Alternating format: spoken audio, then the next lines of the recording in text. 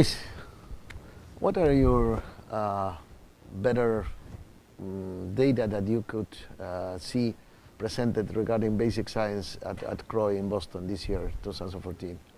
I believe that there are several important things that we should consider. Obviously, all the knowledge that we have regarding cure, we have not reached the real cure, but we know more and more what we have to look for to detect cure. Obviously, more transmitted resistance in the US, especially in the US, data that we have not reproduced in some other countries, and obviously all the new horizons to do PrEP with long-acting nano-formulated drugs. It's interesting because you're talking about PrEP, and this reminds me a study that struck me in particular at CROI. That was the partner study, in which, serodiscordant couples, be it heterosexual couples or be it MSM couples, practicing condom-less sex with frequent sexual intercourses, be it vaginal or rectal, zero transmissions.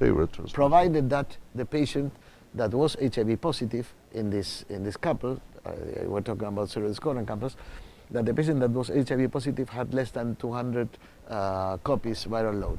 So really it seems that treatment as prevention works.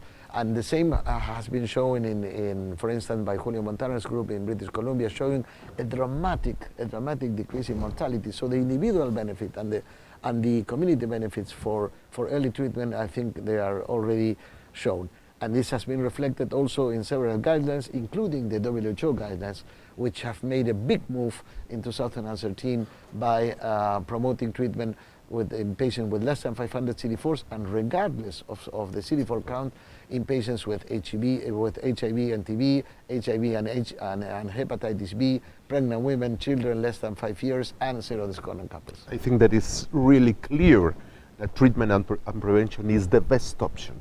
We can use PrEP, we can use PEP, but the best option to avoid new infection is treatment, is detecting all HIV infected patients and link those patients to care and maintain them undetectable. Yeah, and to do so, we have new strategies that I think are the new kids in the block. One are new drugs like the integrase inhibitors. Second, the long-acting formulations that are being developed are very promising.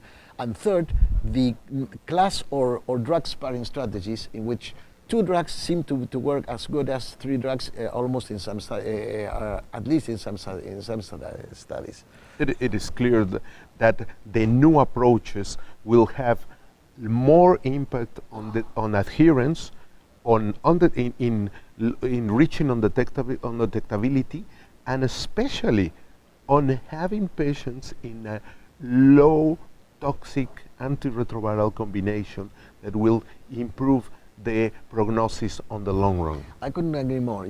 When somebody asks me, do we need new drugs? I say, for viral suppression and CD4 recovery, we don't need. No, we don't need. But we need it because our population is aging and they have cardiovascular issues, drug-drug interaction issues, renal problems, liver problems, etc. So I think we agree. Good.